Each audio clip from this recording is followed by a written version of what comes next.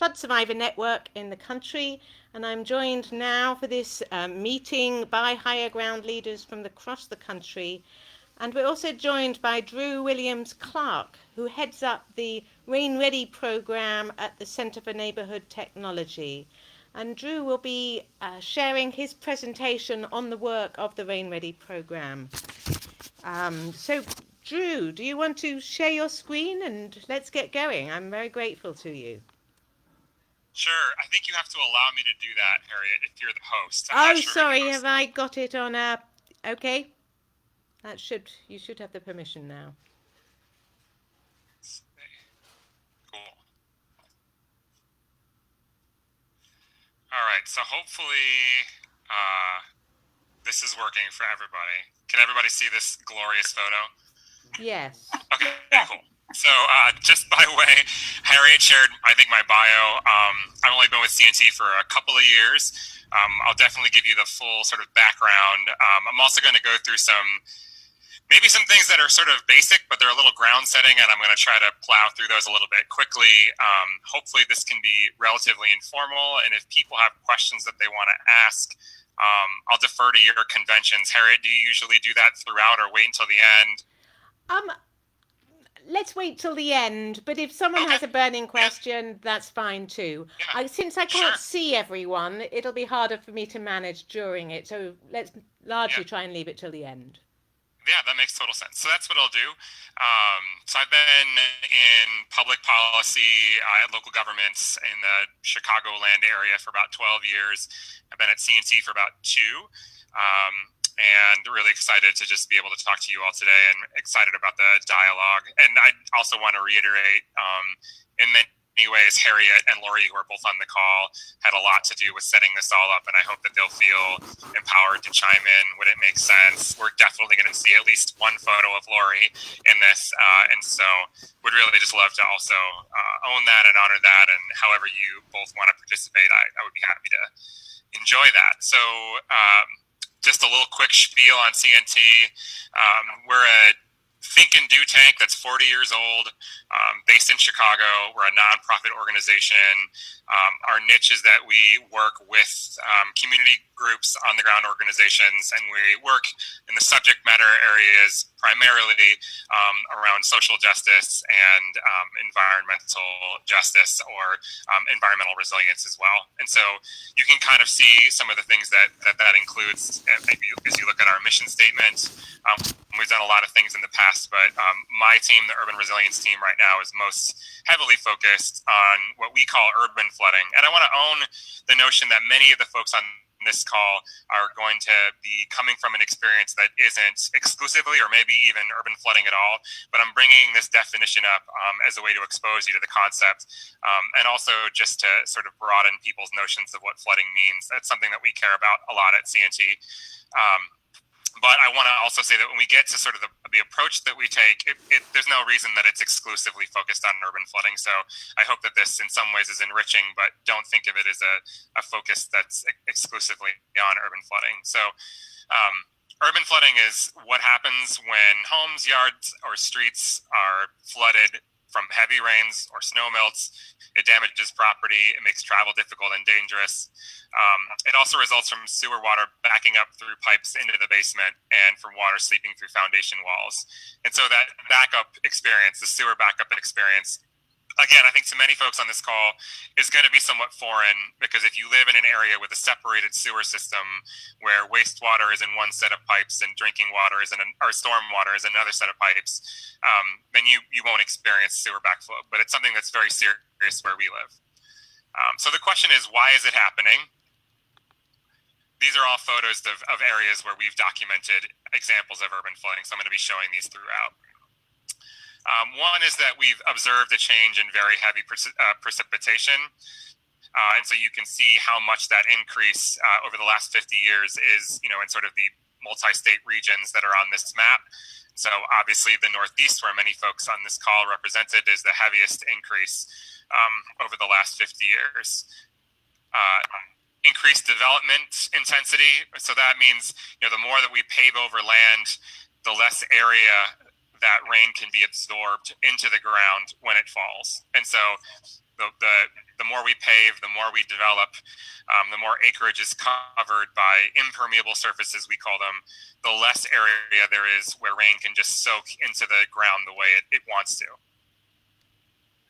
And so on this screen, you can sort of see what that's meant in terms of the increase in developed area for quite a while, beginning in 1982, and what that looks like in terms of loss of infiltration and water that can be infiltrated.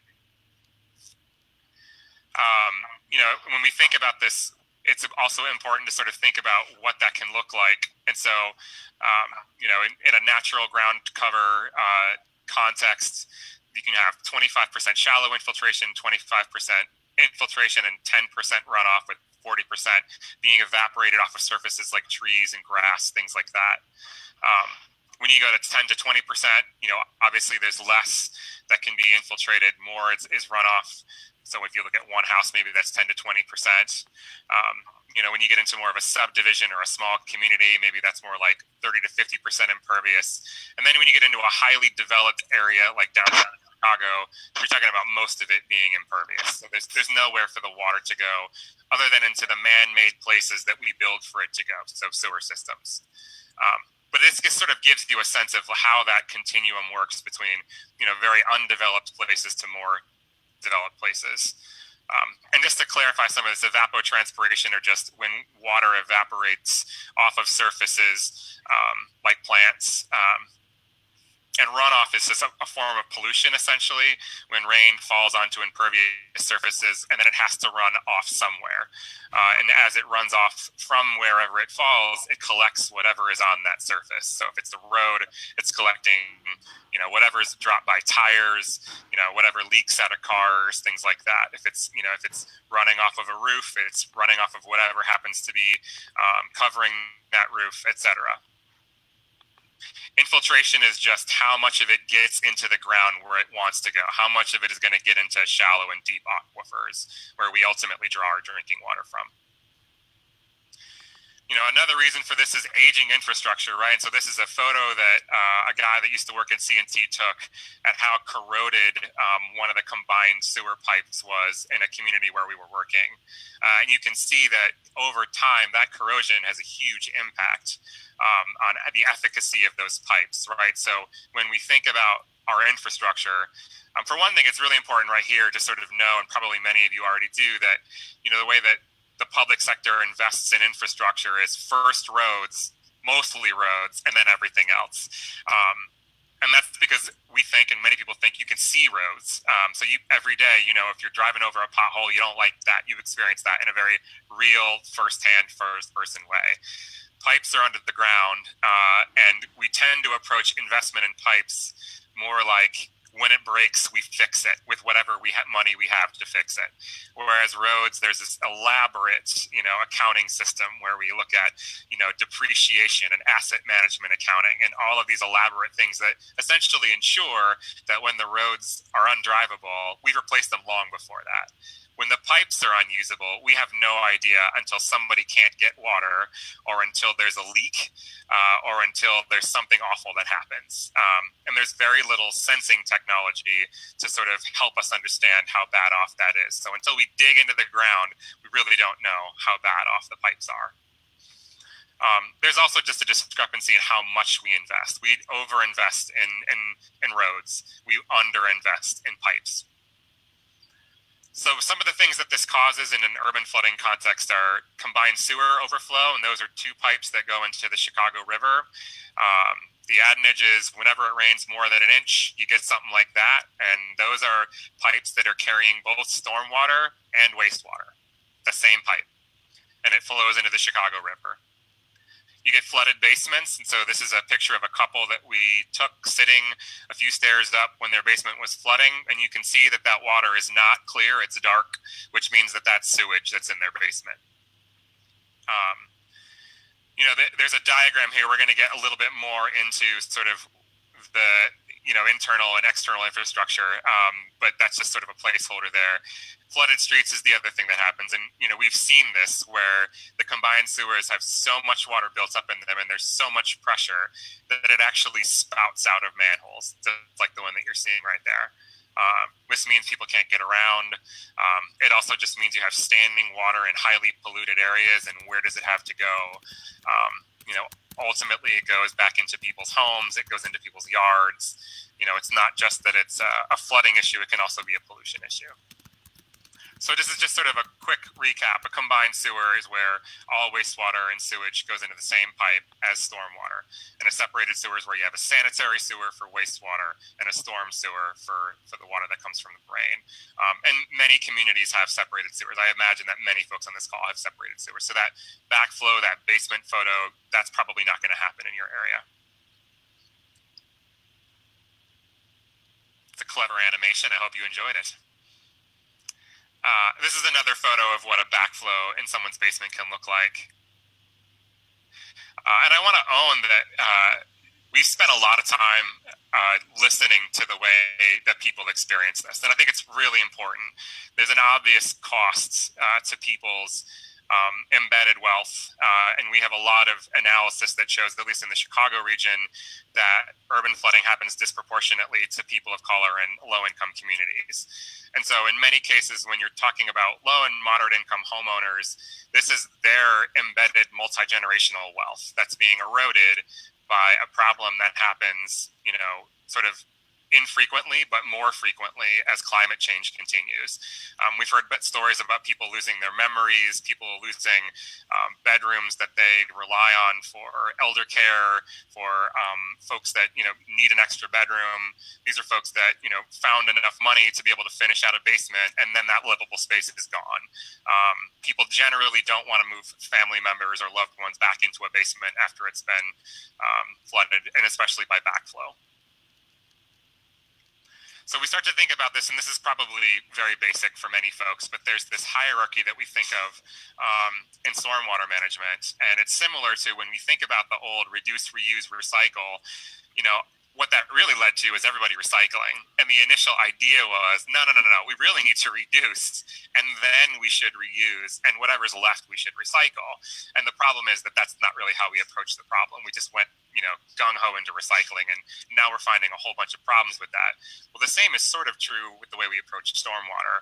And for a long time we've been saying, you mostly want to avoid it. You want to protect open space so that water can get where it wants to go.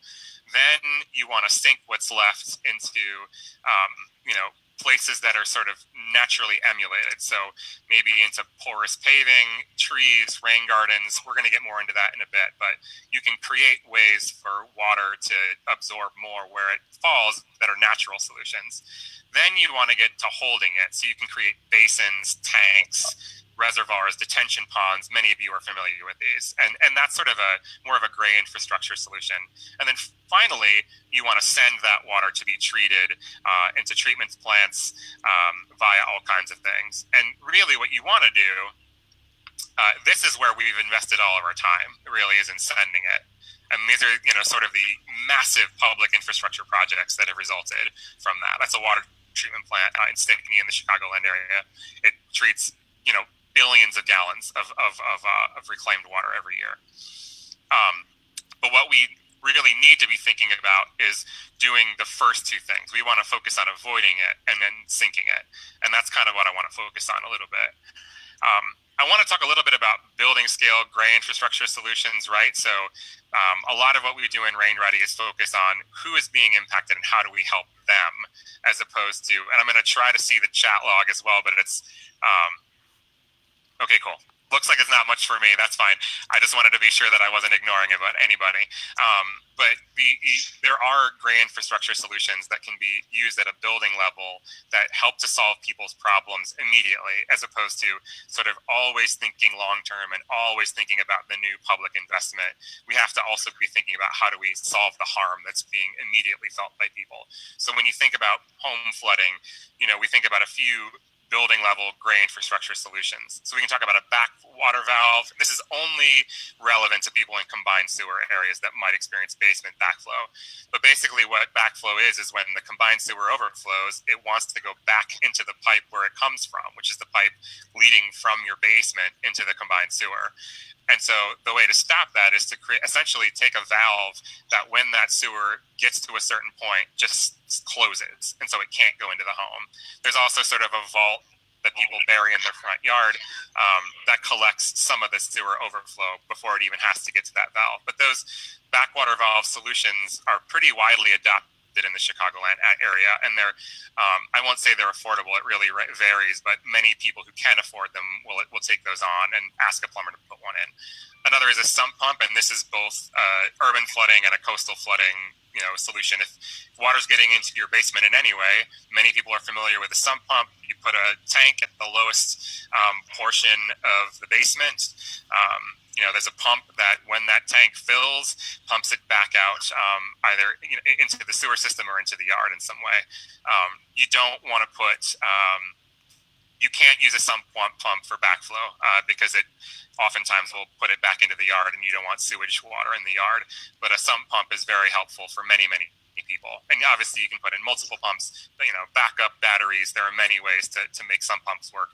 Most people are pretty familiar with that. And then the third solution is foundation crack repair. If you've been on the highway and you've seen billboards, there are many services that will be happy to come out and look at your basement and foundation walls, identify cracks, and then seal them with their sort of chemical du jour. And this can be effective, right? There's ups and downs to each of these solutions.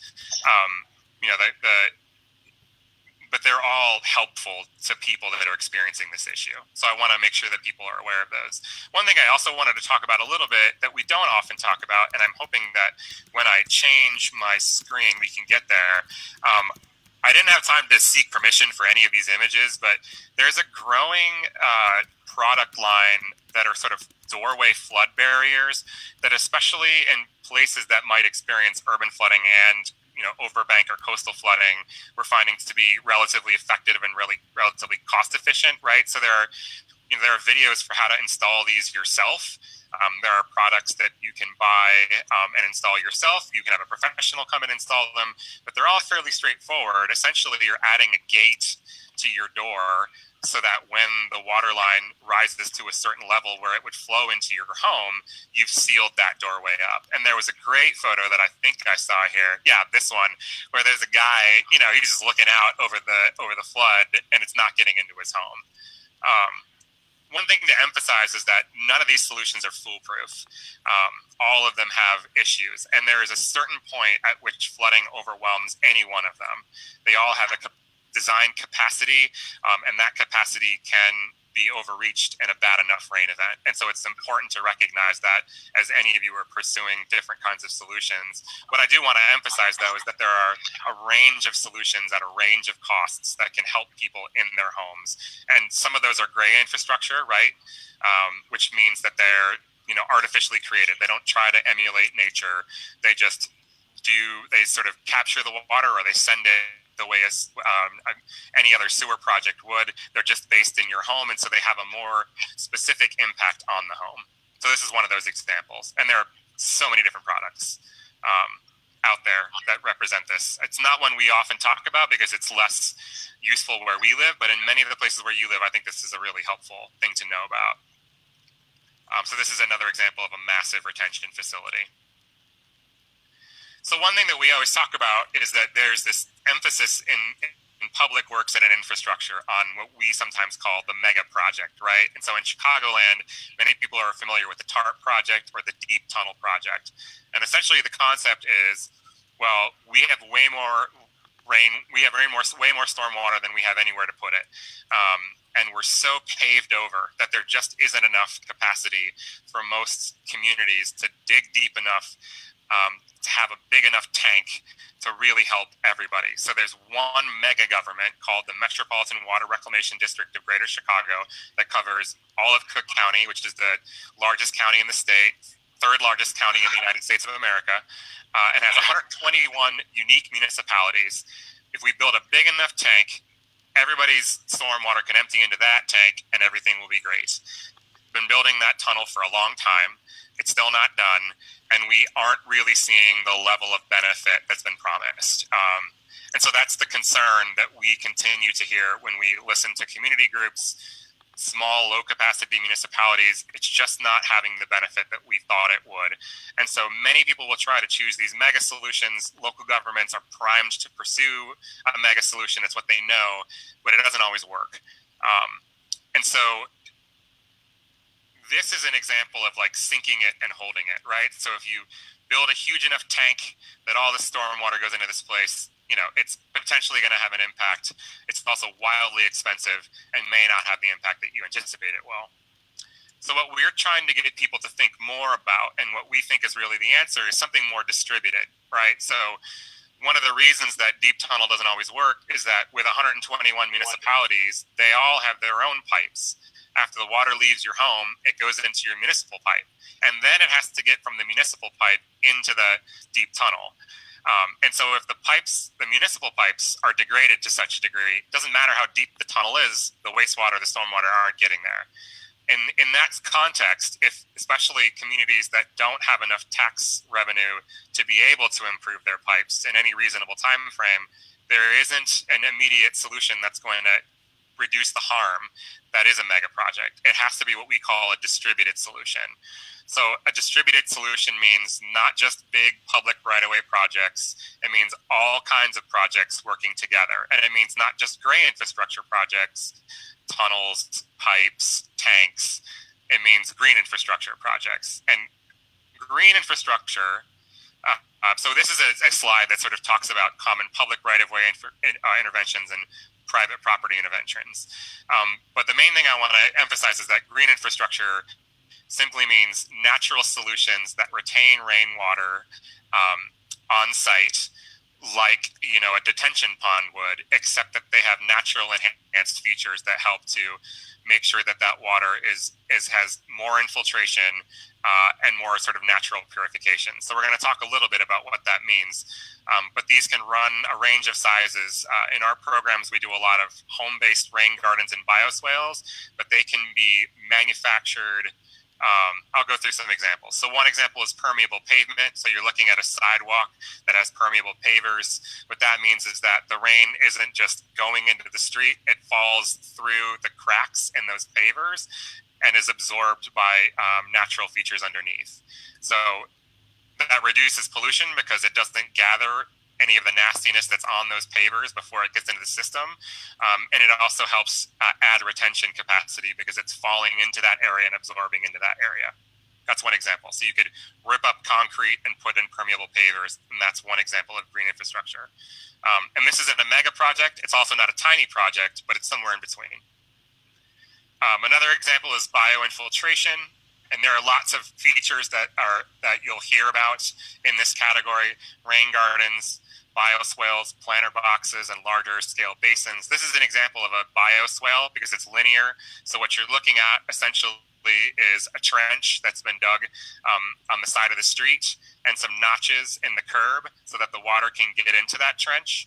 And then that trench is filled with varying kinds of soil media, rocks, and water-loving native plants. And those plants, because they're native and designed to absorb the rainfall in our area, are going to suck up that water. They're going to purify the water that's inside of there, and it's ultimately not going to go into the sewer. There's also an example of all of these features where if there is overflow, it can eventually go into the sewer. So there's a limited capacity in any one of these, and there are options to connect it to the main sewer system. So just to drill down into this, how does a rain garden work? Like I just said, it's a pit. Bioswale is linear. Rain garden looks more like a circle.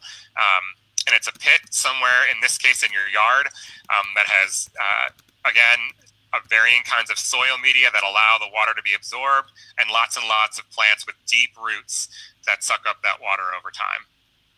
What we like to do also is make sure that the downspouts on a home connect to that rain garden, because most of the runoff on any single family home property and any multifamily property is going to be the water that comes onto that roof. And then if there's not enough yard area or not enough good soils that have a lot of infiltration potential, it's going to flow into the street. So if you build a rain garden there, it's going to go into that rain garden through the downspouts from the gutters and be absorbed there as opposed to going into the sewer system. This is another example of a larger bioswale project. You can see it's on a public right-of-way this time, much larger, same concept. And on this one, actually, you can see that there's a sort of pedestrian path on the left there. A lot of times we think that good ways to do this in the public right-of-way are to combine them with transportation projects. One of the reasons for that is there's so much money in transportation, and they all have to have drainage plans. It's just that transportation engineers, like stormwater engineers, are used to dealing with gray infrastructure. They have to sort of be pushed to use green infrastructure. So this is another example of a corner set of rain gardens in a neighborhood. This is a larger stormwater park, and that's where you're just going to have much deeper soils and the kinds of soil media that are going to absorb a lot of rain. It's not necessarily a pit. It's more of a sort of a trough, I guess.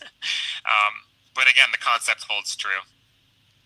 This is an example of a home that we actually worked on in one of our programs, where there's a bioswale on the right there and a bunch of native plants on the left. But you can see on the right, there's a sort of, I'll try to see if I can show with my cursor here.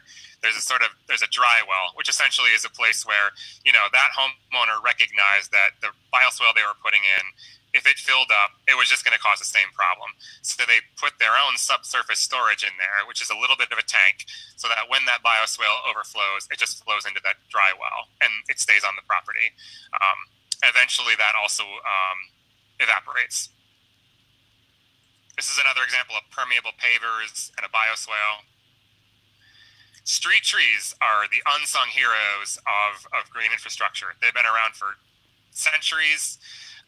They have huge potential to absorb and evapotranspire water. We've seen lots of concerns about trees being removed. There's a whole bunch of work now going on about why we remove trees in certain areas, but the ROI, the return on investment for planting trees is actually pretty high, especially when they're mature trees. It takes a long time for a tree to become mature, but when it is mature, it is a powerhouse for impacting flooding. These are some diagrams that we commissioned a while ago that sort of show what this might look like at a particular home, right? So on the right, you can see that this has a cistern that's connected to the downspout. Cistern is larger than a rain barrel. A lot of people ask, oh, can I just put in a rain barrel? Not really. Typically, no. It's a great idea, makes people feel good. I have a rain barrel, they're great, but you have to have a lot of rain barrels before you're really affecting flooding. You have to know what the capacity is of that rain barrel, and you have to know how much rain is going to actually be contained in that. A cistern is just a much larger rain barrel. And then you can sort of see down below sort of the how the pipe connects to the main municipal sewer. This is an example of a rain barrel now that I've dissed them. Honestly, they're great. Water harvesting is a great thing to do. It's to be careful to say that it's a flood mitigation strategy. This is looking at how, using permeable pavers and a bioswale, how we can really increase the square footage of where water goes and how it's absorbed. There's just a lot of potential in these areas to have a big impact. And one thing I want to do is just really help people understand the benefits of green infrastructure. This graph is sort of showing that if you look at, all of the benefits of green infrastructure, we tend to just sort of think about them as reducing pollution and collecting rainwater to reduce flooding.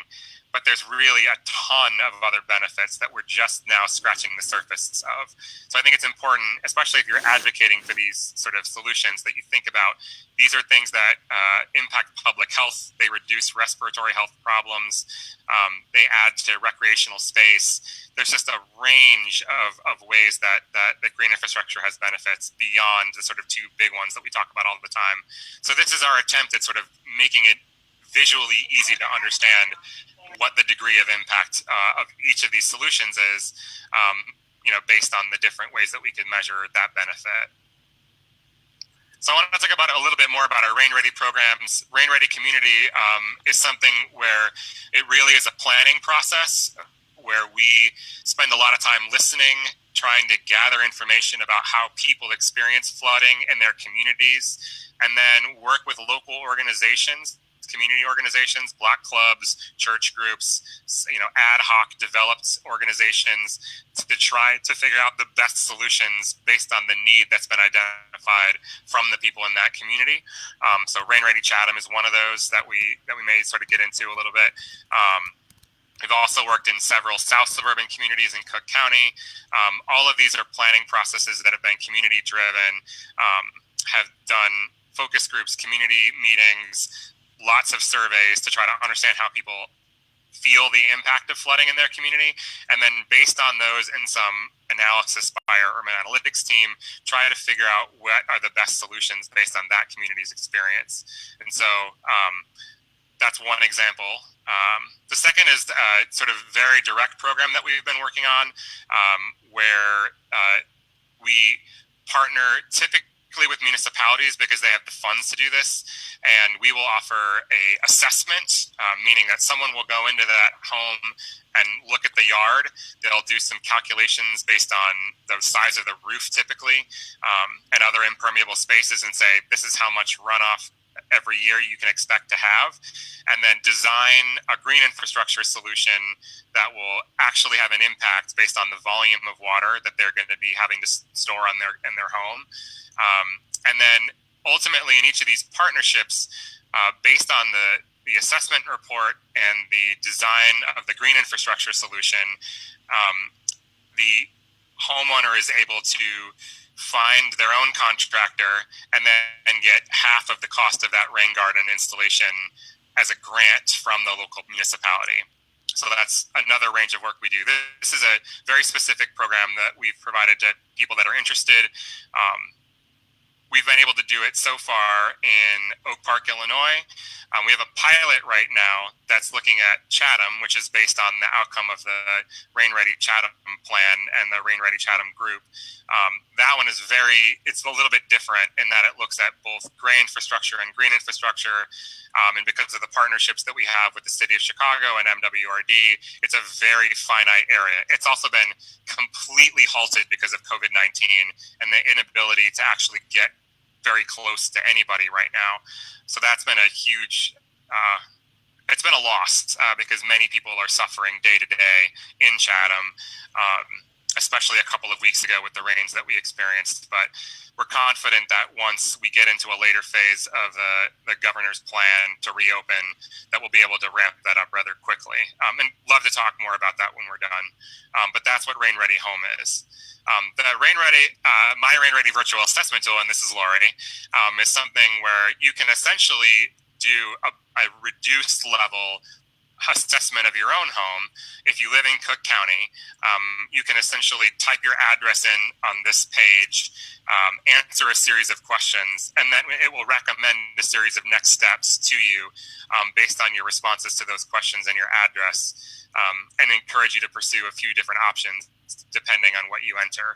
So this is something that we often plug to folks. You can actually get some limited information even if you're outside of Cook County. And so there are a few municipalities. We discovered Carrboro, North Carolina is using this already, and we're able to help them think about how to create their own program as well after that. But we've discovered that many municipalities will just make this link available to people. So it's always a good first step to start with this. It also gives you an idea of what an assessment might look like. So we haven't been doing these as much recently, but sorry about that. But we have worked on various ways to try to get people to gather and talk about some of the common home-based problems that might be the cause of flooding, and then talk about how to approach those.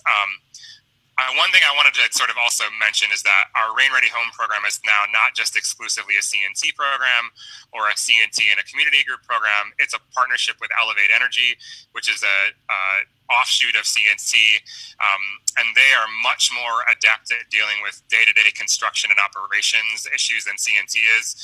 We're much more of a piloter and a program designer, and so when we offer these programs now, we do it really in combination with Elevate Energy.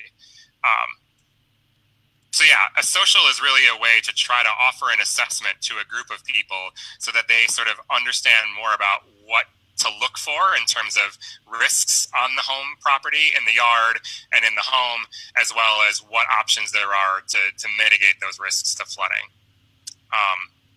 And that's sort of what I had for a presentation. I know that there's been a lot of chat activity, and I assume some of it is for me, but I wanted to honor the request to wait until the end to do that. But I hope I'll take a look at those now, but if other people have questions also, I hope that you'll unmute yourselves and ask, and that we can get a good dialogue going. Wonderful. Thank you so much, Drew. Can you Yeah. unshare the screen just so that we can Yes. all see each other? Thank you so much. And so one of the things that I just wondered if you could talk about is the actual assessment process, what that looks like, because I think that might be helpful for people to understand. And also, and I guess also the partnership with Elevate Energy and what they do. Sorry, do you want me to talk about that a little bit? Yes, Yeah, sorry. yes. I was just looking at the chat log. My bad. So CNT is more of so if people are interested in doing sort of planning and analysis or designing a new program, those are all good roles for CNT. Elevate Energy, their main business is doing energy audits of homes and multifamily buildings. So they have people that are very, very familiar with building systems that go out and already look for how can you improve your energy efficiency to, minimize your carbon consumption, but also to reduce costs overall for energy consumption for the people in that building. So they also work with contractors to, make sure that the increases in insulation and upgrades in building systems, they are aware of and can work with contractors to bring those services to the building. And so they're much more day-to-day on the ground doing assessments already. When CNT initially started doing RainReady work, our initial thought was that there would be a similar spinoff, but that hasn't happened. And at this point, it's really an organizational pivot that we're not planning to do new pilots that way and start models of spinning off new organizations. It's just been turbulent, to say the least, for the organization over time to sort of incubate a new idea, create a business model out of that, and then spin something off. Is that we've done that many times over the history of CNT. It just causes a lot of instability for the core organization. So the model that we're pursuing now is we want to be the researchers, the outreach people, the planners, the program designers, and then hand off to folks really the piloting of new programs. So that's why we're building partnerships with folks like Elevate Energy.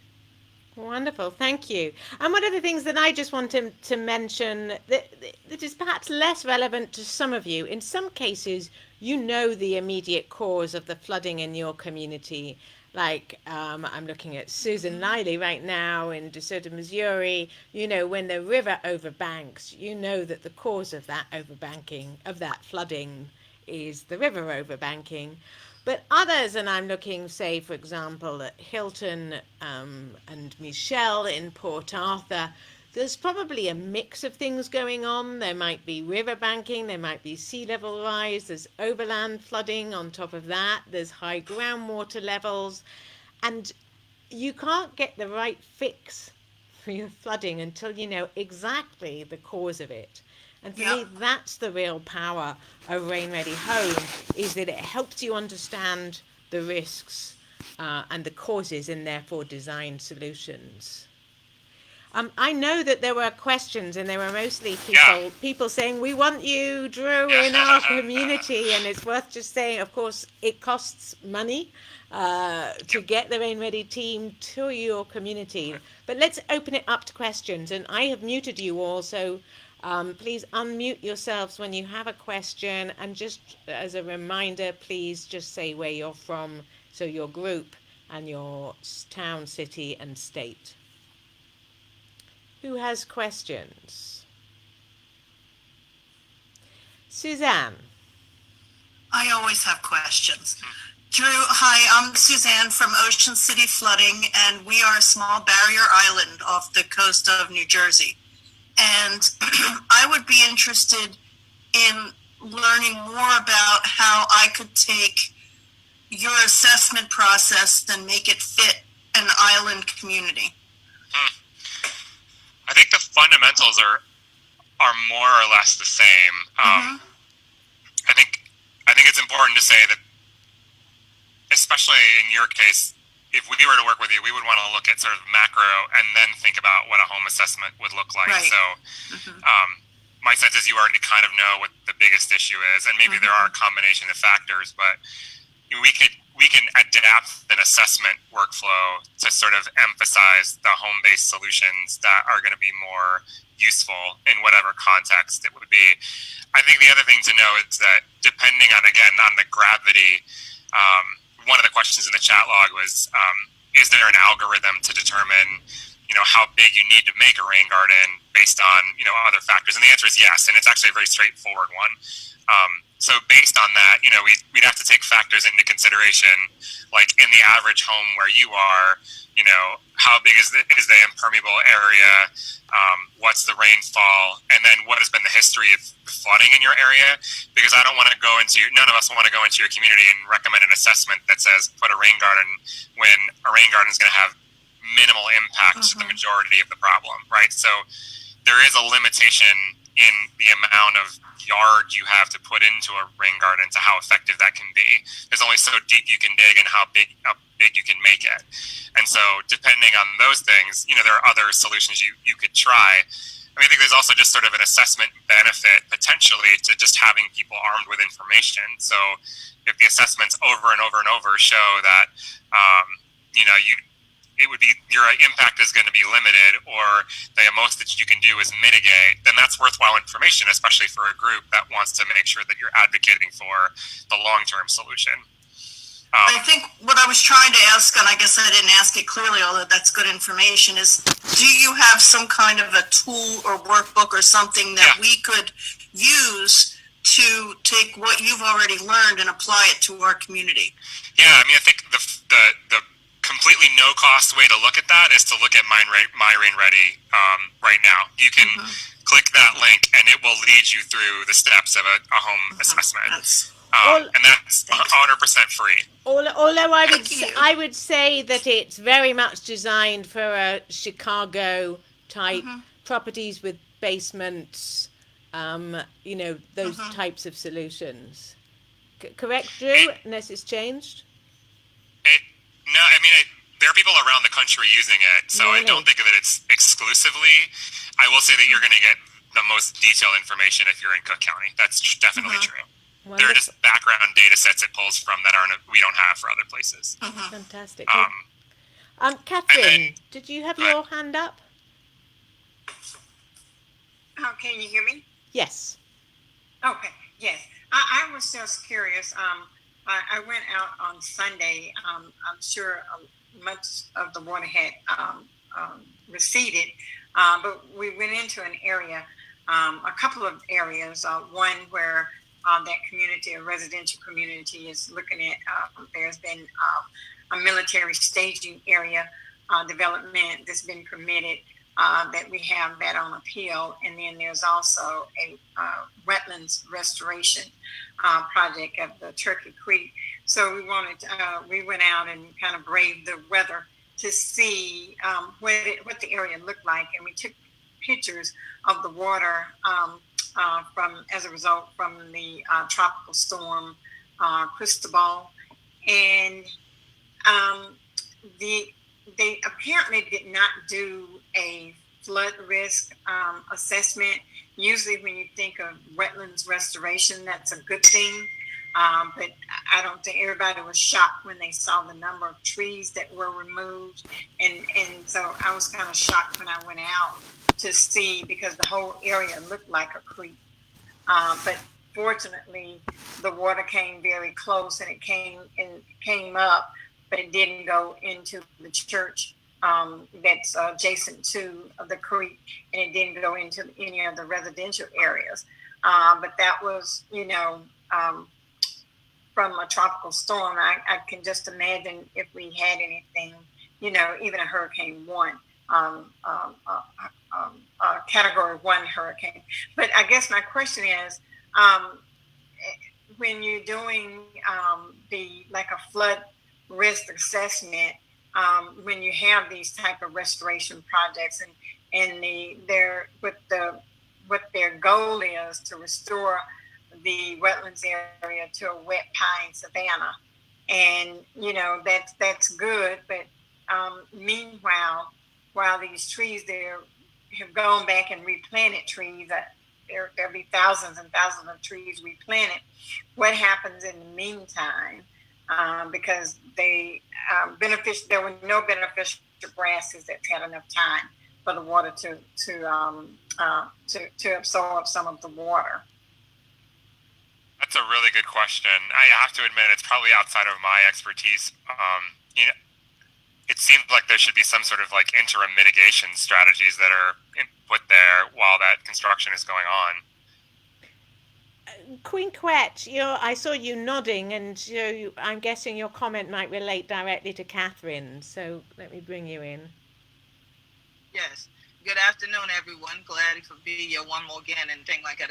Catherine, I'm so happy to hear the name Turkey Creek. I don't know what to do with myself because I have promoted the film about Turkey Creek here in the Gullah Geechee Nation at various events over the years and exposed a lot of our community to it so that they really get an understanding that there in the Gulf we have similar situations to deal with. And one of the things while I was nodding my head, was I totally grasped dealing with trying to mitigate damage and then trying to restore areas, of course, because I live directly in a hurricane zone like you do. And so one of the things that we've done here is consistently replant Spartina grasses, actually have them in the nursery, have them grow, and then go out. And a lot of times this is done with school children, go out and literally do a project where they replant that. And then because we have oyster beds along our creeks here, then we also have people recycling the oyster shells. Then we bag those with biodegradable bagging. And then we go out on certain times and then replant those as well so that rebuilds. Because, of course, the oyster bed protects the soil that goes to the Spartina grass. The Spartina grass protects the rest of the soil that then keeps the maritime forest. And the maritime forest keeps us all together. And that's what makes us an island. So with the first question of my buddy up there in Jersey on an island, I was like, yes, islanders, yes. So then you came and I was like, oh, yes, I'm glad to hear y'all still working on saving Turkey Creek and the church and everything. It's just personal for me. And I mean, not more personal than it is for you, but it's also personal for me. And I think it's very important that maybe at some point, and that's one of the things I've been trying to work on with the University of Minnesota, with the Gullah Geechee Sustainability Think Tank, because they've also worked with folks who are in that video, is for us to do some type of cross-sharing of knowledge. Because there might be some things that we've done here that are good practices that can be done there in the interim, like you say, because trees are going to take a while to grow. But these are things that you can do yourself in a more timely fashion that could really help. God forbid there are any more storms in between that. So let's pray that there are no more anything more major than what we just dealt with last weekend coming at all this year and in the midst of a pandemic. But that's something I want to add. And just while I'm on the mic already, in the question box I had for our speaker today, I just wondered about the slide that you had entitled Green Infrastructure and the Co-Benefits. Would you be willing to share that slide with all of us? Would you be willing to email it to Harriet or directly? I put my email in the box, gogeeko@aol.com, because I think that slide is something we could use not only on our blogs, but also in discussions about the work that all of us are doing. Absolutely. I can mail those slides, as soon as we're off the Zoom, and we actually just did a big set of strategy guides on co-benefits. So there's lots and lots of work in that area right now. I'm happy to share all of it. Thanks for asking. Thank you. Of course. Thank you. So I know that Gabriella and Susan have your hands up. Michelle, I think it's Michelle Jackson. Just so you know, I can't see your face. I could see that you've got some kind of background thing. If you do want to speak, just know that put your hand up or something using the screen thing, or just because all I can see is a sort of shadow.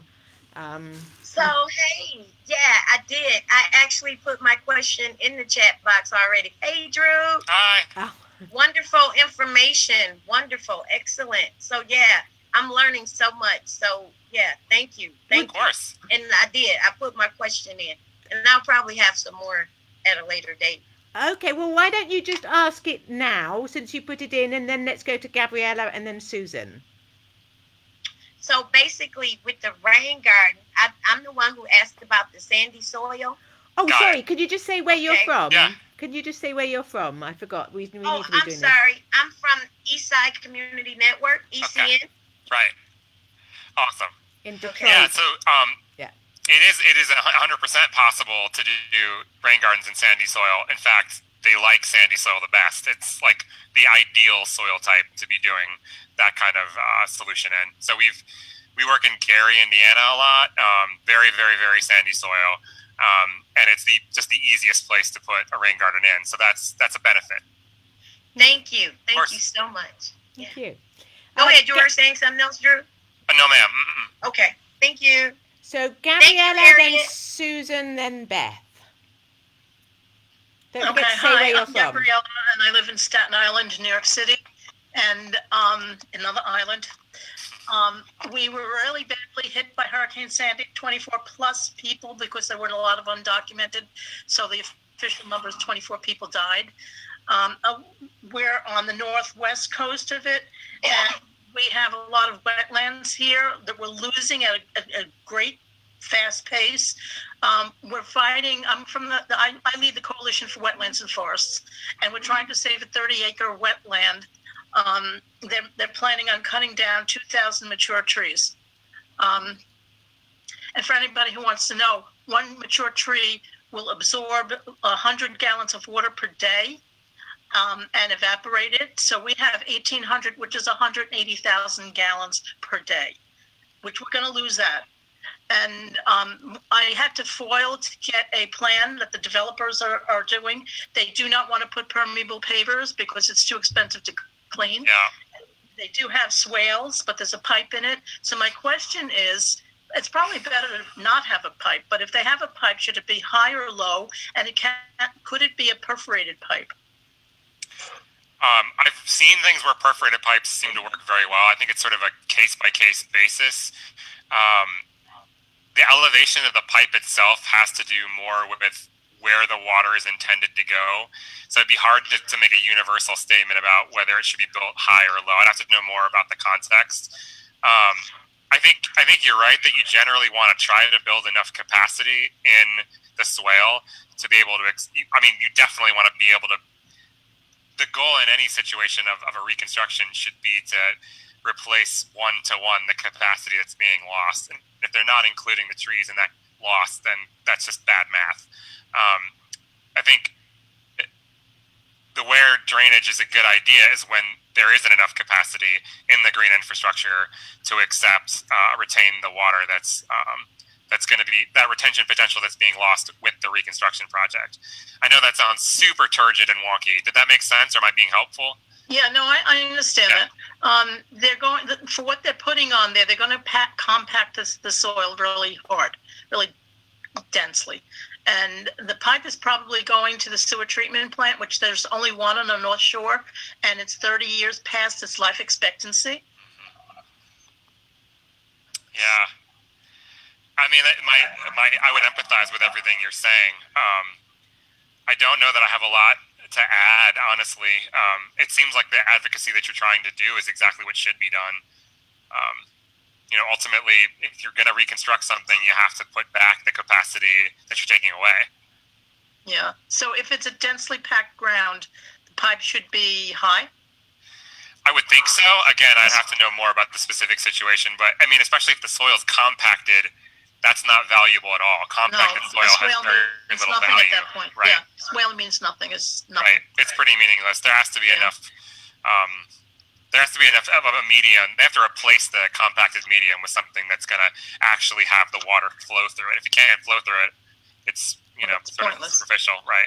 Yeah, they were replacing the wetland with a holding pond, which was supposed to percolate into the ground, but we foiled also communication between our council person who's pushing this and the developer, and she's concerned about stagnant water and mosquitoes. If it's stagnant, it's not percolating. Right. So the whole thing is a mess. Right. Thank you for all of the information. I appreciate it. Thank you. Susan and then Beth. Hi, Drew. Thank you so much for being here with us. I'm from Citizens for Flood Relief in DeSoto, Missouri, and probably have the most like soil as Chicago. Our little creek that floods is all bedrock, so it's hard to get anything through. The USAC completed their study in 2019, and now we have a 2D study going along with it. It takes out our historic Main Street in the center and on both ends. I'm not sure how rain gardens could even help us. And with seeing what Midlothian has been through again in Elmhurst, the city of Elmhurst, do we have hope? Give us hope. I mean, they've got this big quarry that the water flows into, and it sounds so absolutely wonderful. All of the solutions they've worked, and then they come back and they've got it again. How do we fix this? Yeah. I mean, some of that, not to get on a soapbox, but I mean, one huge thing is that we have to completely rethink the way we do flood risk mapping and assessment, right? So we have these maps that essentially are big boundaries around creeks and rivers and lakes. All of those boundaries are based on old rain data. They're on rain data from the 70s. Since then, climate change has ramped up dramatically. And, you know, there's two things. One, we have to have more recent model data to completely remap the floodplains. And two, we have to remap them much more frequently because the curves are not linear, they're exponential. So if we're not remapping those floodplains on a much more frequent periodicity, the floodplains are useless. And in many ways, there's just this political nexus associated with the floodplains because, you know, there's corresponding impacts anytime you widen a floodplain. You know what I mean? More people need flood insurance. They may or may not be able to afford the flood insurance, you know, which has cascading impacts, right? So if that home can't sell, then some other industry loses money, yada, yada, yada, yada, yada. There's just all this cascade of impacts when they do that. So it's politically very precarious to do that. But if people aren't asking for it, it's never going to be done. And the second thing is we just can't rely only on the floodplains. The floodplains are only useful for overbank flooding. That is all they're useful for. So if your flooding problem has to do with the inadequacy of your infrastructure, it's not going to help you. You're not going to be in the floodplain. And the reason that we have floodplain insurance is because the floodplains have been so defined and so studied and so understood for so long that there are insurance actuarial tables saying, if you're in the floodplain and you're here, this is how likely you are to flood and how bad that damage is going to be. And they can cost out an insurance product for that. That's why it works. If there's no mapping, if there's no risk assessment beyond that, then an insurance company can't really offer a product because they'll either lose money on it or they'll be robbing people blind. They don't know how to cost it out. So we have to completely rethink the way our country approaches flood risk mapping. It can't just be borders around bodies of water. It has to be looking at an index that goes everywhere. And there have to be, once we have that, then there are ways to have insurance products. There are ways to distribute that cost more equitably. But we don't have any of that. So that's my sermon. Sorry. I mean, the truth right now is that the feds are looking at the maps. Great. We will probably get a new set of maps out of that. Hurrah. What we really need is to have some kind of a much more frequent redrawing of those maps. And then we have to say, we can't just do overbank flooding. We have to have maps for every kind of flooding. And there's really not an indication that that's being approached right now. Thank you. Yeah, no problem. Beth. Thank you. And thanks for this presentation. It's been very helpful to me. Say where you are. That, say who you are, where you're from. Yes, thanks. Beth Butler from New Orleans. And of course, you know, we have street flooding right this minute. So I just want to say thanks for this presentation. It's been very helpful to me. You know, we're in the middle of a big fight for more green infrastructure and rain gardens specifically. And I would like to add to that discussion, since Harriet has been able to get us a long-term strategic partner with LSU here, and they have helped us design, their students have designed award-winning rain gardens for our communities. That part of that discussion is also based on water table where you place those pipes, because our water table is so shallow here that, you know, you can't go down 4 feet in some neighborhoods without hitting it. Right. And then again, you know, the use of filters and everything does help clean that water. So there are so many other residual benefits of that, having clean water go into the stormwater system. My question is based on, and I'm delighted to hear about the algorithm. I can't wait to get into this. That our city is urban, yet, you know, built on wetlands, and basically we bump up to the coast in a real way, and we're losing so much of the coast right now that they've really declared, you know, part of where the Mississippi River Delta comes in is just going to be obliterated. Right. It's gone, and it can't go back. And so these areas, of course, are stomping grounds right now. However, my point is that with all these different fights going on around how to prevent flooding and how to, you know, the Corps of Engineers is spending millions of dollars, and, you know, they use sort of backdoor methods to achieve their means when they can't get it more directly.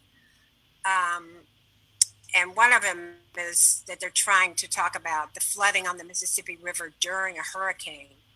So if you have elevated Mississippi River during a hurricane, and the hurricane comes up the river, I mean, this is like, you know, a very small chance this is going to happen, but it could potentially just blow out everywhere. Sure. So that allows them to say they can move the industrial canal lock, which is in the middle of the neighborhoods, and it's undoable, really.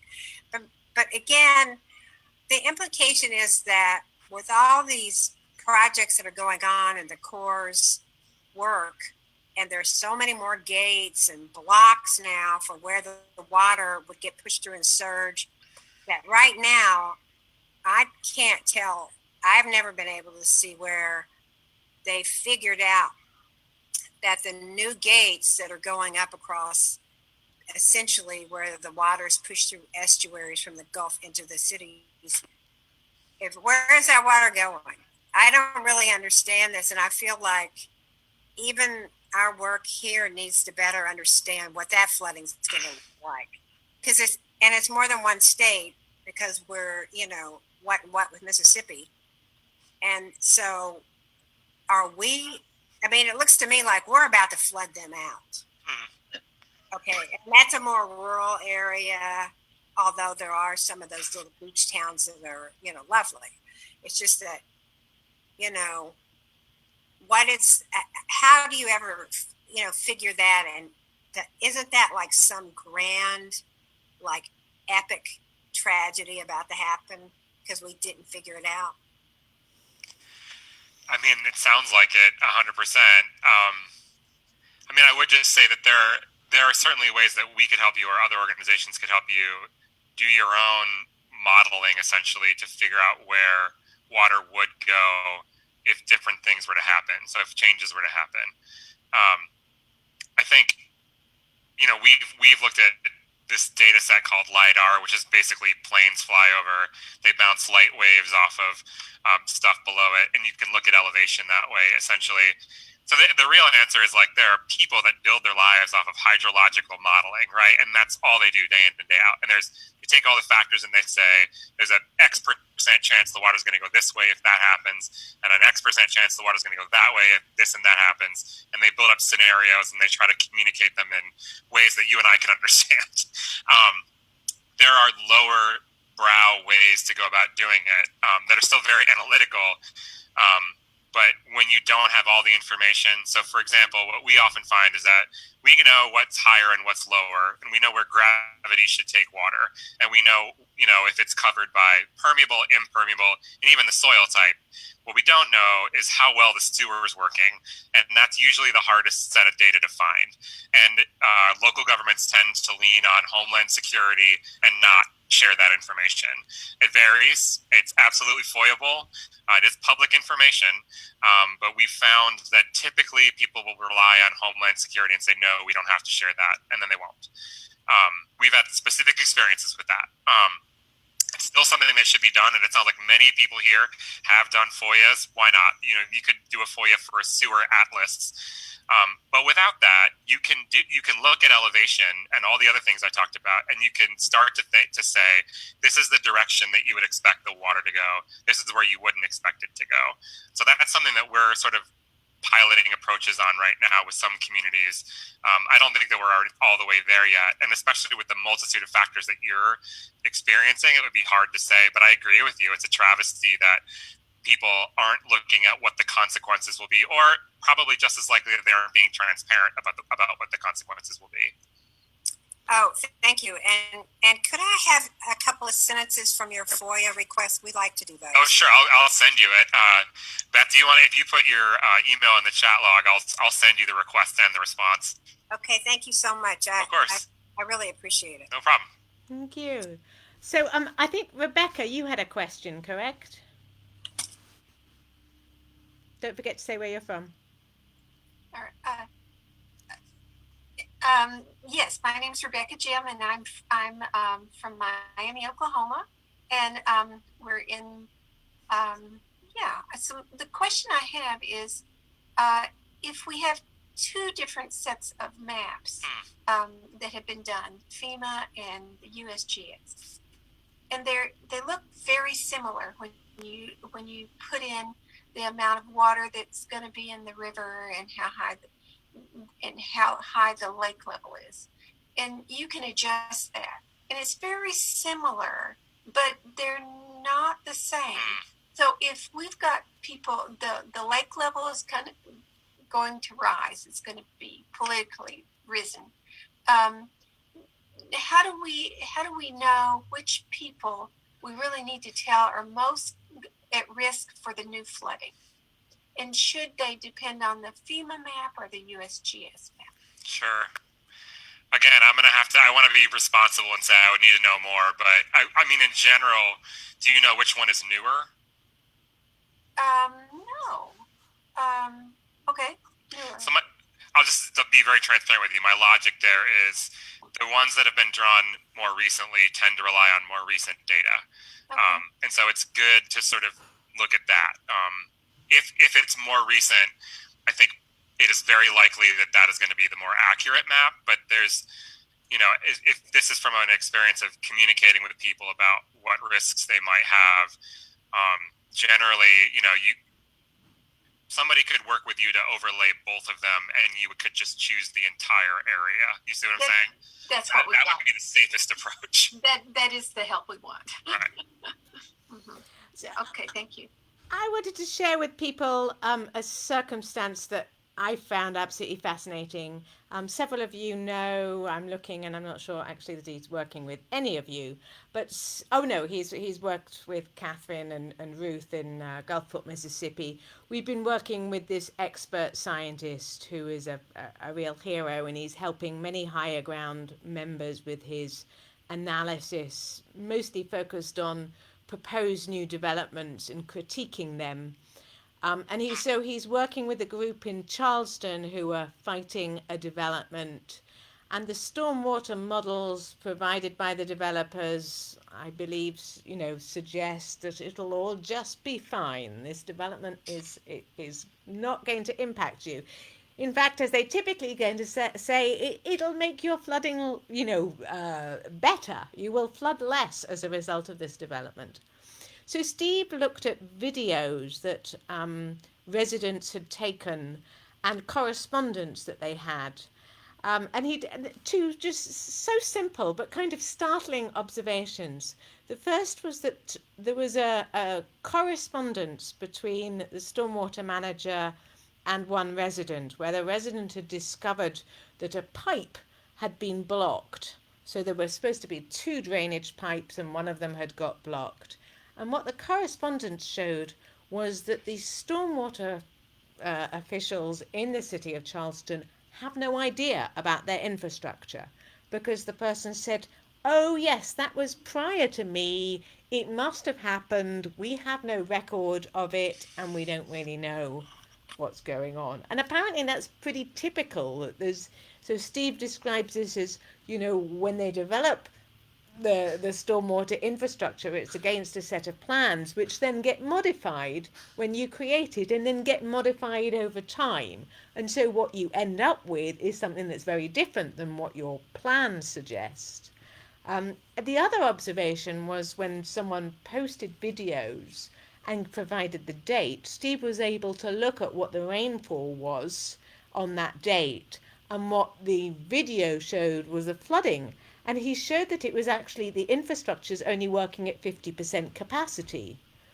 And that again he explained as deteriorating infrastructure, plans that changed, pipes that got blocked, etc., which to me just shows the value of this, of residents with their acute, these are just residents who went out on the street and started documenting stuff. So the value and power of residents doing this stuff. And the other thing that Steve just said that was just, it was such a relief to hear, was him saying, if you think there's going to be a problem, there probably is going to be a problem. You know, that your intuition is absolutely accurate. Queen Quet.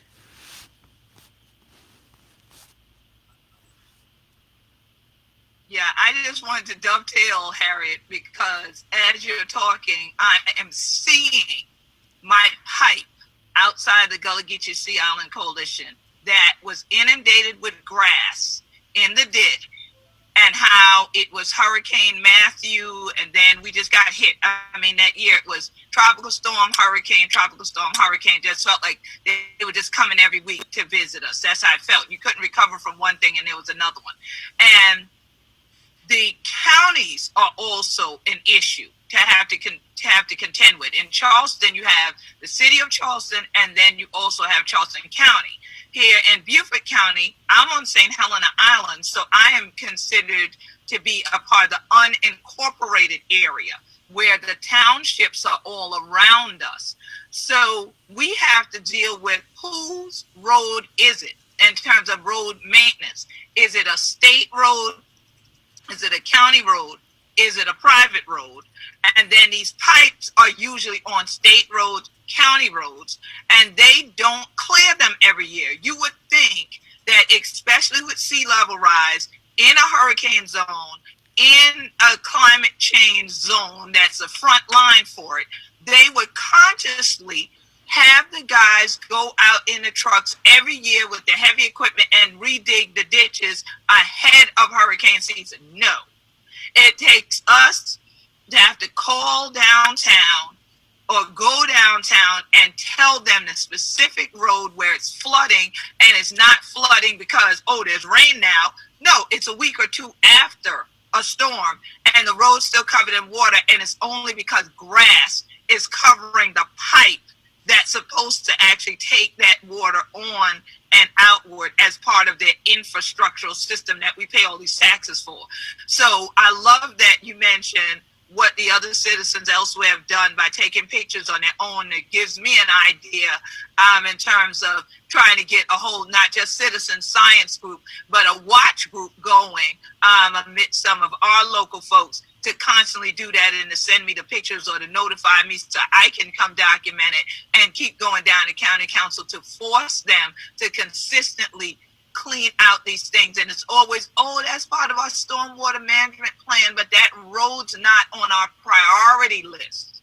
So we have these issues of them deprioritizing things that could cause more residential damage because people's yards flood, then their houses flood, then they got to get it repaired, or because you wouldn't just keep grass out of the ditches. You won't just keep the grass cut down on the side and then clear the ditches at the same time on a routine cutting schedule like someone would have with a landscaper.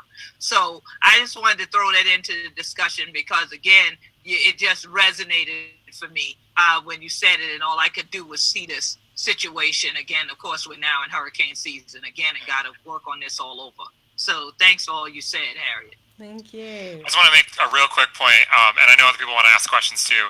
I think we're really, I may give that whole sermon, on the whole flood risk mapping thing. I think that the precursor to that is exactly what people are talking about right now. We have to document this stuff, and unfortunately we have to document it consistently, and we have to really engage people in documenting that. And that's a collective action problem that I would love to hear what this group's thoughts are, because as Lori can intimately attest to, you know, people who have worked with us are just sick of us right now. We don't want to do another plan. We need the money to fix the stuff. And I'll be honest, like, we're having a hard time getting the money to fix the stuff. And so I think, unfortunately, you know, it isn't just going to be, you know, pushing for the new risk stuff. We have to show people, and really consistently and over a long period of time, that this is really impacting people. And we've heard from even the big infrastructure people that even a photo, like we just heard, is super useful. They can tell where the problem is with a photo. And there are ways to do that simply through Twitter, through all kinds of things that people are using right now, but we don't really have a good template for how to organize that. So we're actually working on that right now. So that's all. Wonderful, thank you. So just, I know Susan, you're, but just Susan Lyons and then Rick. Sorry, I'm just going to people who haven't yet said anything. Hi, I'm from Charleston, downtown Charleston, and I just want to reiterate what Queen Quet said. We have so many jurisdictions, even in downtown Charleston, for our roads that it's absolutely nuts. I live smack in the middle of downtown, and I never knew that I lived on a state road. So when I called the city and said my road is flooding and nobody showed up, they didn't tell me why they didn't show up. And it took me quite a long time to figure out that half the peninsula belongs to the state of South Carolina, which isn't the slightest bit interested in helping the roads in Charleston. So that's one issue. And of course, we've been flooding like crazy for 4 years here, 4 or 5 years. In the meantime, we also have the Army Corps coming and suggesting this massive wall, which is a single purpose, double $1 billion project that's going to go 50 years out. And the town is just upchucking over whether or not to commit to it. And how much rain will you be getting in 50 years? That's the question. Well, if we're here. Right. So half the town looks at it like a shiny penny because they think the feds are going to give us this whole pile of money. And the other half of the town, which I'm part of, is wondering whether maybe we shouldn't just do some other green stuff here and take care of the interim in the interim and see what happens, because they wouldn't even put a shovel in the ground for another 5 years. And I think after this virus, nobody's going to have any money. So it, to me, looks like a fool's errand, but I don't want to be real negative in town, you know, but do you have thoughts about that? I always have questions about the Army Corps. I think the point that you're making about the long-term mega solution is that what we always talk about. So there's going to be near-term harm that has to be addressed, period, full stop. I also suggest that there's, in the near term, distributed solutions are going to be easier to come by and easier to fund. So there, you know, it doesn't just mean green infrastructure either. We talked about some of the other things that you can do. Right. But I think making that point to people is a responsible one. And it may be that a large gray infrastructure project is needed, but it's really difficult to say now what that would need to look like 50 years from now. So that's sort of what people need to understand a little bit. Seems a bit much, but we'll see. Sure. Thank you. I'm going to go to Rick, and then Laurie, I'm just going to ask you maybe, if you don't mind, just to finish it off, because we'll have time for one last person. And the reason I'm asking Laurie is that she's kind of seen us through this process so totally. You know, we worked together when I was at CNT, and she's now on the board of Anthropocene Alliance and is a flood survivor. So Rick, and then Laurie, I'd just love any observations you have. Yeah, hi, Drew. Thank you for everything. So I noticed that you were talking about documenting and pictures. So I'm quite familiar, as you believe you probably are, because we do that here in Ocean City. We have some rain gauges and send that in. We utilize and try to urge every person on our flooding page that has any information to upload it to IC Change. So I was wondering, I'm sure you're familiar with them and what you might have to say about them. I'm less familiar with IC Change. Sometimes we use C-Click Fix. There's also a place called CocoRoz that we're really familiar with that tends to have pretty good. Awesome. I'm seeing heads nodded. That's great. That's part of what we're trying to figure out right now. So anyway, I don't want to do a big thing. I know we don't have much time left, and I really want to hear Lori, but I think that there's a range of technologies out there. Probably all of them are decent at one thing or another. I think what's most important is that people can give the information easily, that if at all possible, they get some sort of immediate reward for that they find meaningful, and it doesn't have to be huge. And that there's a way to encourage people to adopt it consistently. And it sounds like, Rick, you're already working on that. I do also want to say I'm a flood survivor as well.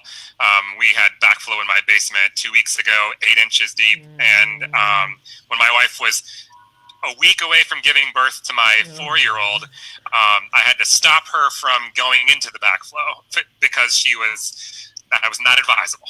So I just want to say, too, that this isn't just a cerebral problem for me. It's a real problem.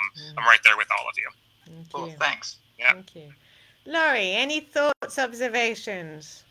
Thank you. So thank you so much, Drew, for bringing all this great information to the group. And that's, as Harriet knows, that's how we met, as when we had the horrible 2013 flood with the federal disaster declaration here in Illinois and all across the Midwest. And really, I can credit the RainReady program with not only helping me individually and our family with our properties to make sure that they did not suffer future damage, but really elevated the conversation about green infrastructure, not only with our neighborhood, but also with our elected officials. I mean, we literally sat with people, which you all are familiar with, painfully so, where people sit with you and then they're just like, yeah, that's a third rail. We're just not going to touch that. It hasn't been addressed for 30 years, and I'm not going to be the one to do it. So the RainReady program really helped to usher in a whole different level of conversation that got us solutions, both gray and green.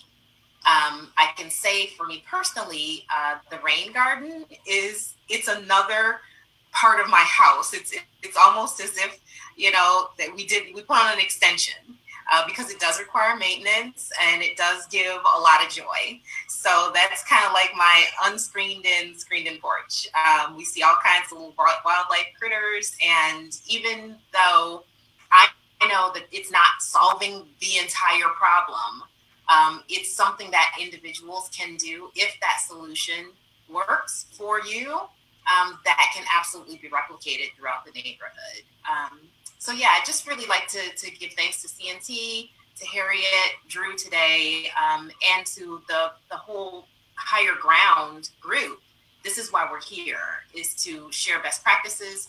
Even if something does not directly affect me, I've learned a lot about overland flooding and the other floodplain issues that people have been able to share that with people who experience that where they live. And that's one of the essential and really beneficial things that we're doing here. So thank you for sharing, as always. Thank you so much. And thank you, Drew. Really appreciate it. And lovely to see you all. And we're going to keep on the kind of green infrastructure presentations for a little while, because I think there's a lot we're getting out of that. But if people also want us to start discussing other issues and getting training on other issues, please just send me an email and I can get some other speakers. Thank you. Lovely to see you all. Thank you. Great afternoon. Thank you.